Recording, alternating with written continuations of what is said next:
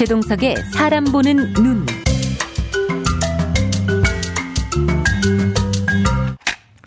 최동석 인사조직연구소장인 최동석 박사님 어서 오십시오. 안녕하세요. 네, 추석 연휴 이후 처음 뵙습니다. 예. 자, 오늘 어떤 주제로 바로 들어갈까요? 이재명과 이낙연의 역량을 비교해서 진단해 보겠습니다. 아, 정말 적재적소에 필요한 해설이십니다. 예. 네, 우리가 역량 진단을 잘못하는 바람에 인사 실패를 많이 해왔잖아요, 지금까지. 네, 그렇습니다. 예. 그러니까 민주주의 사회는 결국 시민들이 고위 공직자를 잘 선출해야만 발전할 수 있거든요. 네, 그렇습니다. 그런데 역량 진단을 할 줄 모르니까 엉뚱한 사람을 뽑아놓고 고통당하는 거죠. 그래서 두 사람의 비교 역량 프로파일을 한번 올려주시면 고맙겠습니다. 네, 그래요. 예, 올라왔습니다. 그래서 이 프로파일을 보시면 두 사람이 고위 공직을 맡으면 앞으로 어떻게 되리라는 것을 충분히 예견할 수 있을 겁니다. 네. 그러니까 사람 보는 눈이 과거의 틀에서 이제 완전히 바뀌어져야 돼요. 그 패러다임이 바뀌어져야 됩니다. 네. 그렇지 않으면 또 엉뚱한 사람을 뽑아놓고 고생하는 거죠. 그래요. 예. 그래서 우선 그 그림 나왔으면 보시면 예. 두 사람 차이가 명확하죠. 네. 그러니까 이낙연과 이재명의 차이를 보시면 제가 그걸 왜 이런 차이가 나는지를 지금부터 역량 진단 차원에서 설명드리려고 해요. 그래서 이걸 잘 보셨다가 여러분들이 선택하시면 좋겠습니다. 앞으로도 이런 기준으로 계속 네. 이제 대선 주자든 고위 공직자들을 진단하려고 하니까요. 네. 제가 어떤 사람이 이렇게 얘기하는 사람도 있어요. 네. 왜 당신은 이낙연을 미워하느냐. 방송은 들어보면 알 텐데. 그게 나는 미워하지 않아요. 예. 내가 왜 누구를 미워하겠어요. 예. 당신은 왜 이재명을 좋아하느냐. 예. 근데 난 누구를 특별히 좋아하지 않아요. 그러니까 고위 공직자로서 이 사람이 직무인식이 투철해서 자기가 맡은 직무를 잘 수행해서 네.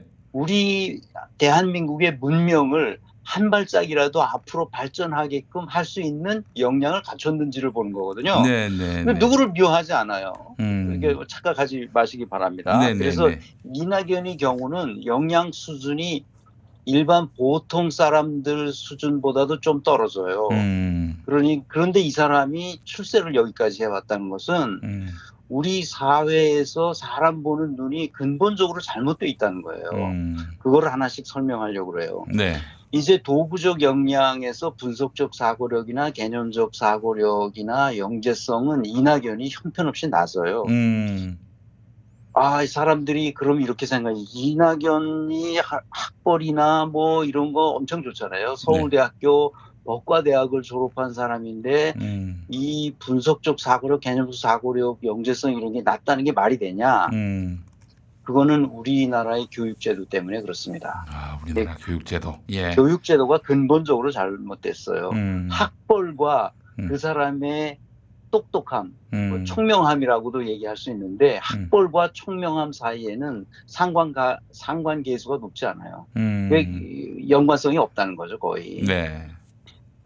인류대를 나왔다고 해서 유능해지지 않아요.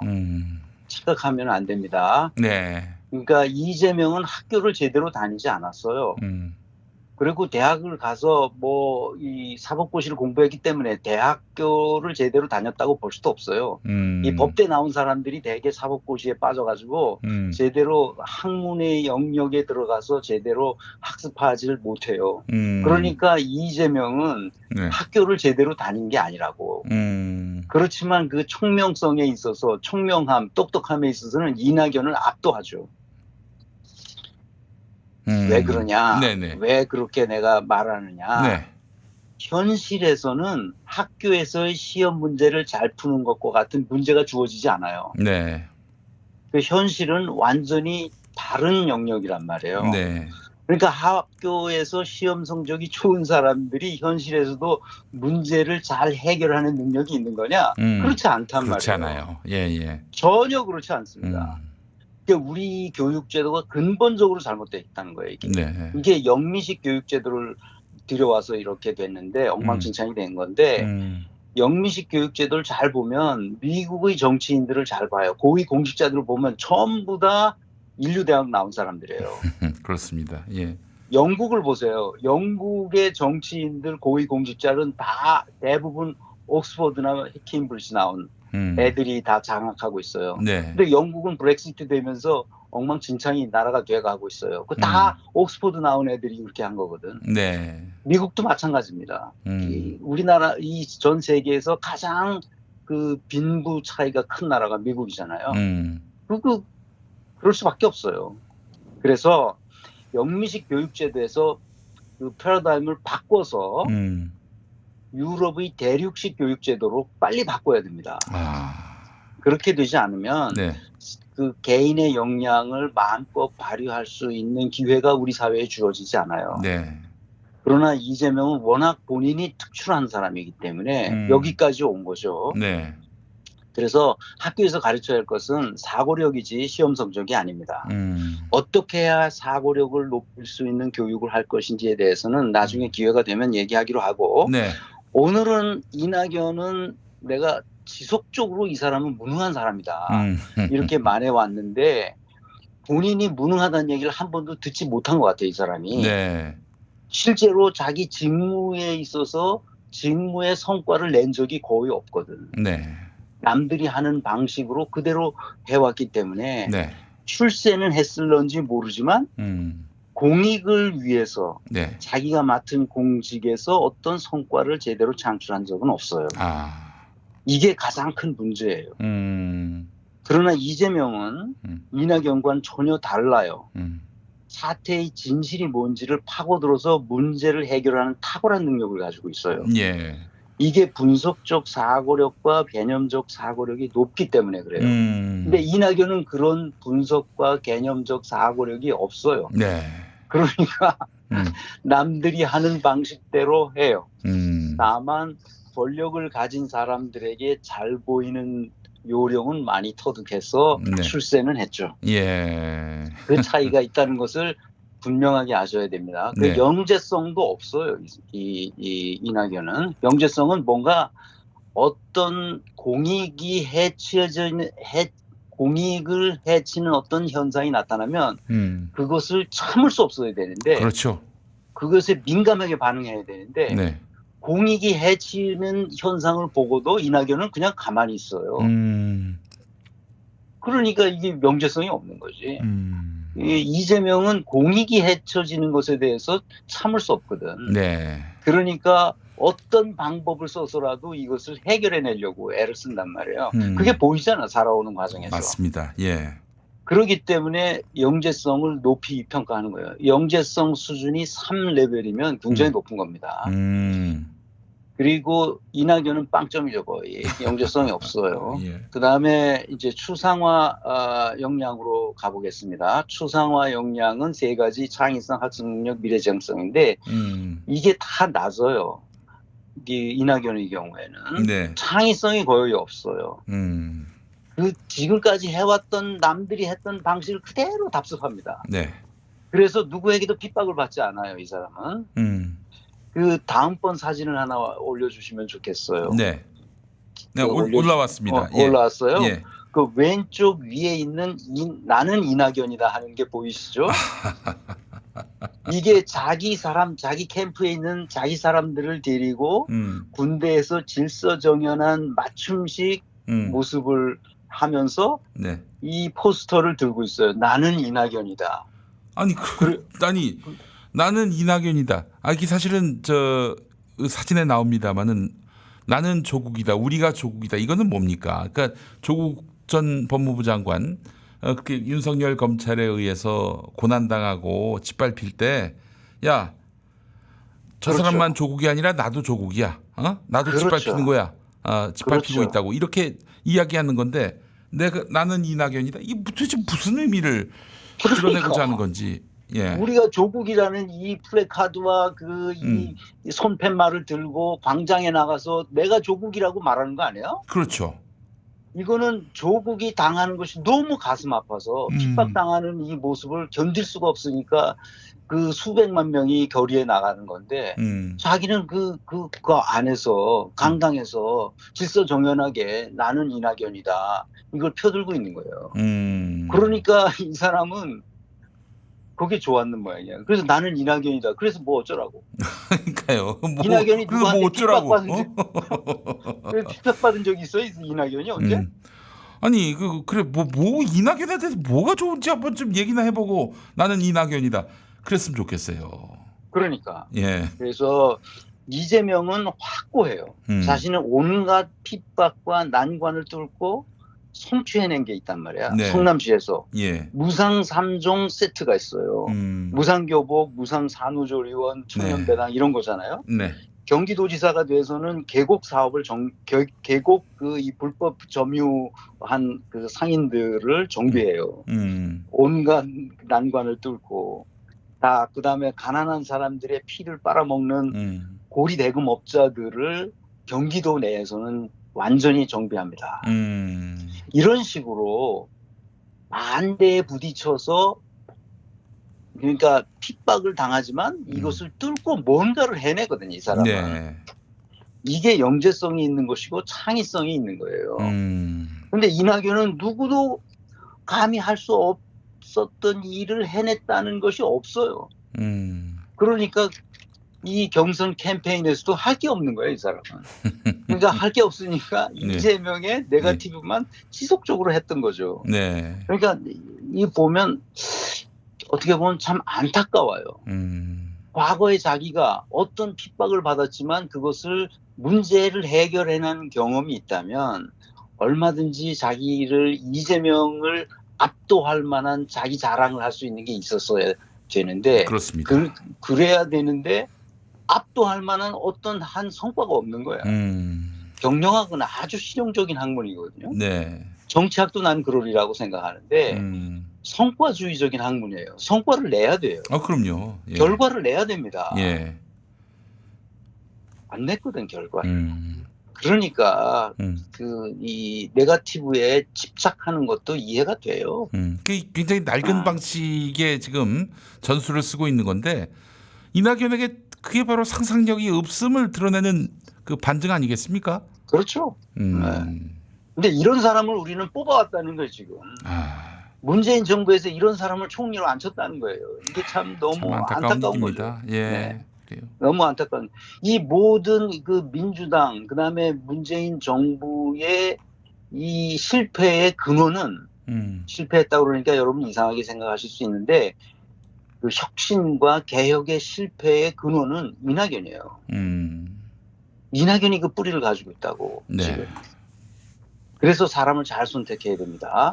맞습니다. 그래서 예. 이재명이 창의성은 놀라워요. 대장동 개발 프로젝트는 이재명이 아니면 누구도 할 수 없는 겁니다. 이재명이 있기 때문에 그걸 한 거예요. 근데 지금 이제 문제가 되죠. 화천대유라는 게 나타나서 네. 갑자기 이제 이게 범죄자의 이제 박근혜 시절 최순실 시절에 그 범죄자의 사면과 관련된 재벌 기업이 연루된 것으로 드러나고 있잖아요. 수사 결과를 봐야겠지만 돈의 흐름이 모든 것을 말한다고 봐요. 이 돈의 종착지 어디서 와서 어디로 흘러서 어디로 규착되는지를 파악하면 그 범인이 잡히는 거죠 이제. 근데 이재명은 이 프로젝트와 관련해서 단돈 1원도 받은 게 없다. 만약에 밝혀지면 모든 공직에서 사퇴하겠다고 선언했잖아요. 네네.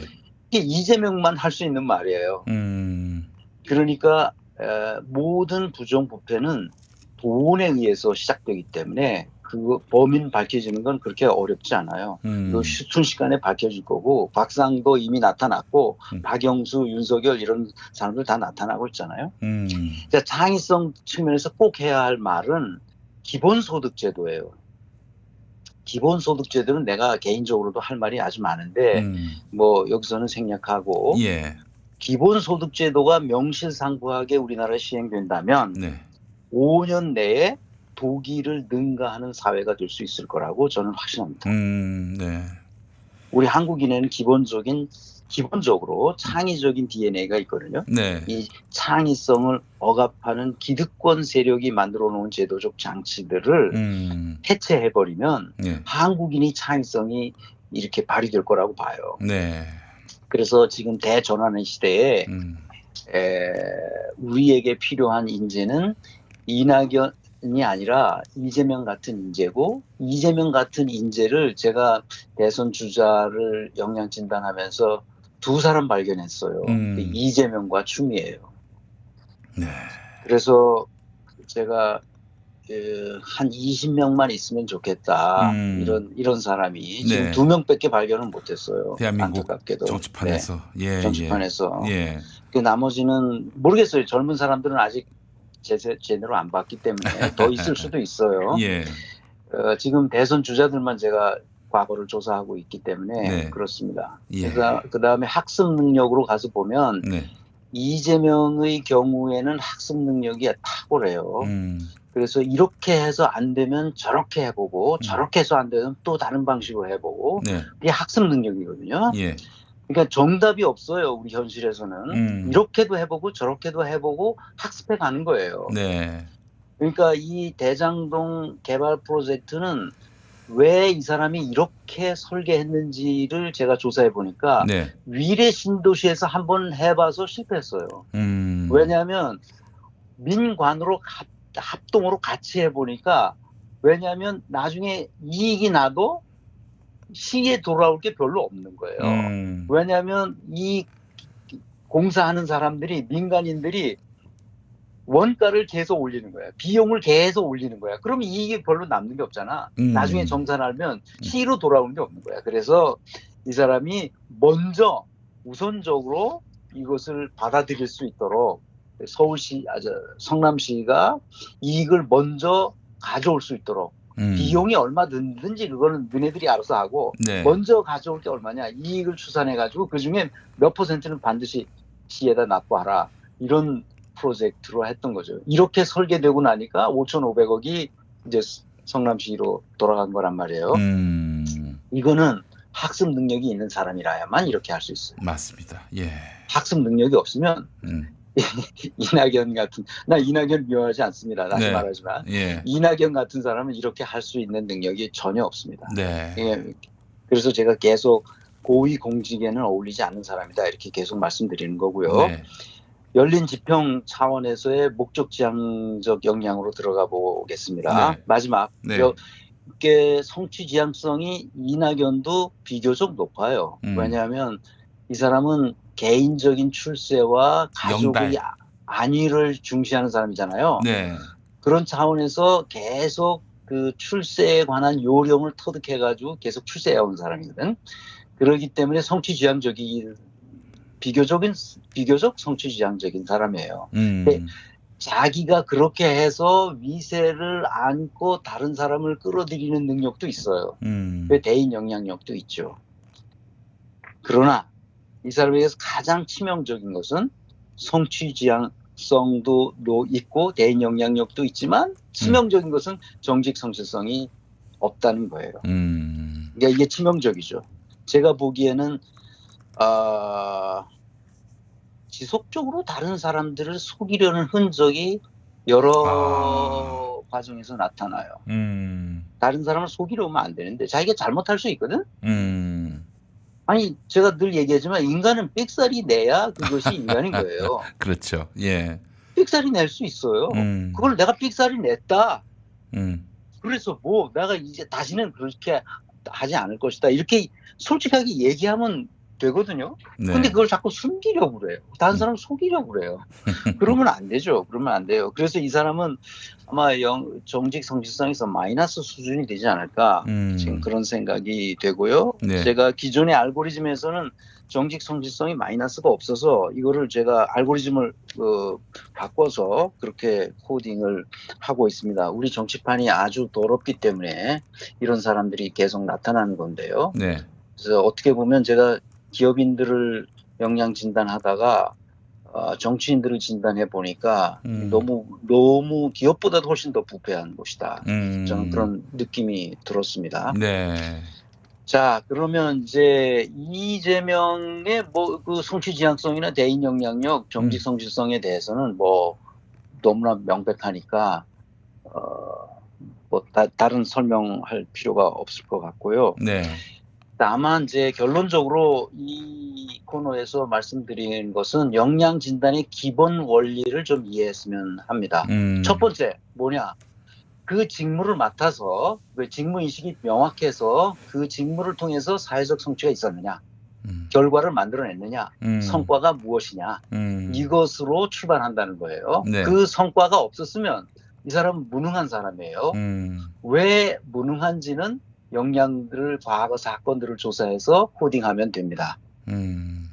그래서 그 과정에 어떤 난관을 뚫고 얼마나 성취했는지 이런 것을 자세하게 이제 보면 되는데 네. 나중에 이런 여기서 얘기한 것들을 다 모아가지고 제가 이제 책으로도 출판했으면 좋겠다. 그래서 많은 사람들이 고위 공직을 맡은 사람은 자기 직무 인식을 어떻게 해야 되는구나 하는 것을 알 수 있도록 좀 이렇게 우리 사람 보는 눈 이것이 좀 바뀌었으면 해서 이런 비교 분석 코너를 만들어봤습니다. 네, 알겠습니다. 자, 오늘 최동석의 사람 보는 눈, 바로 이낙연과 이재명의 역량 차이 중심으로 말씀을 들려주셨습니다. 다시 한번 말씀드리고 싶은 거는 네. 저 이낙연을 미워하지 않는다. 이재명을 특별히 좋아하지 않는다. 예. 뭐 그건 다만 당연한 이재명이라는 인재를 정치권에서 네. 저의 그 전문성을 발휘해서 발견하게 됐다. 그런 정도로 이해하시면 되겠습니다. 네, 알겠습니다. 자, 최동석 소장님 말씀 잘 들었습니다. 감사합니다. 기